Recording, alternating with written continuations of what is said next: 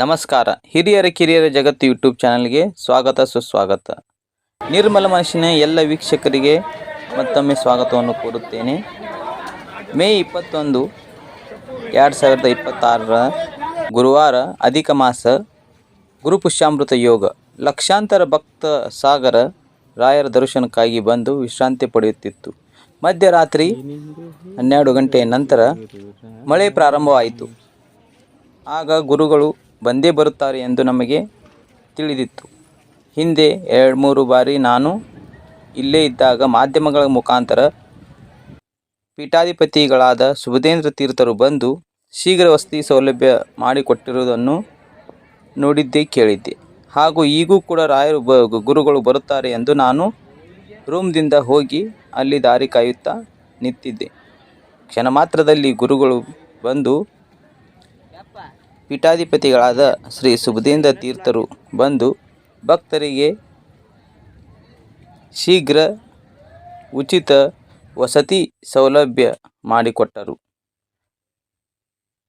ಕಲ್ಯಾಣ ಮಂಟಪಗಳನ್ನು ಖಾಲಿ ಮಾಡಿ ಕೊಟ್ಟರು. ಎಲ್ಲ ಮಾಧ್ಯಮಗಳಲ್ಲಿ ವರದಿಯಾಯಿತು.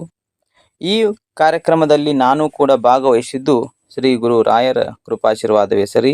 ನಾವು ರೂಮ್ನಿಂದ ನಮ್ಮ ರೂಮ್ ಬೃಂದಾವನ ಗಾರ್ಡನ್ ಮುಂದೆ ಪರಿಮಳ ತೀರ್ಥದಿಂದ ನೀರು ಆಗಿ ಬರುತ್ತಿತ್ತು. ಆಗ ನಾವು ರಾಯರ ಮಠದ ಹತ್ತಿರ ಹೋದೆವು. ಅಷ್ಟರಲ್ಲಿ ಗುರುಗಳು ಆಗಮಿಸಿದರು.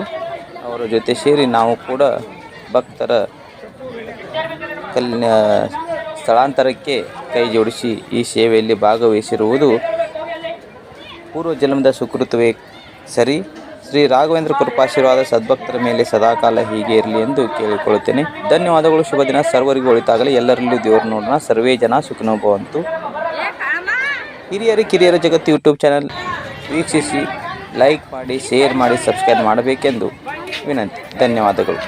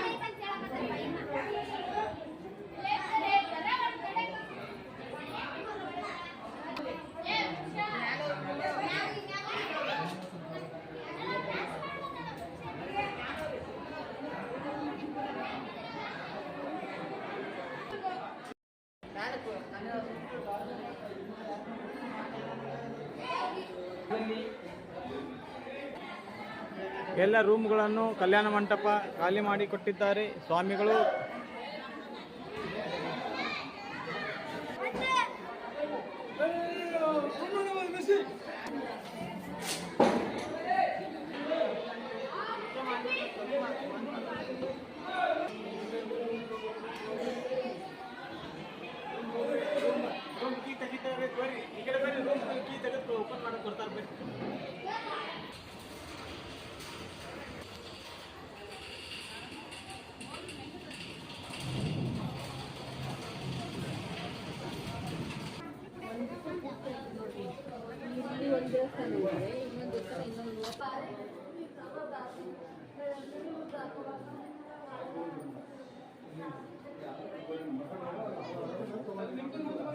ಧನ್ಯವಾದಗಳು. ಶುಭ ದಿನ. ಸರ್ವರಿಗೂ ಒಳಿತಾಗಲಿ. ಎಲ್ಲರಲ್ಲಿ ದೇವರು ನೋಡೋಣ. ಸರ್ವೇ ಜನ ಸುಖಿನೋ ಭವಂತು.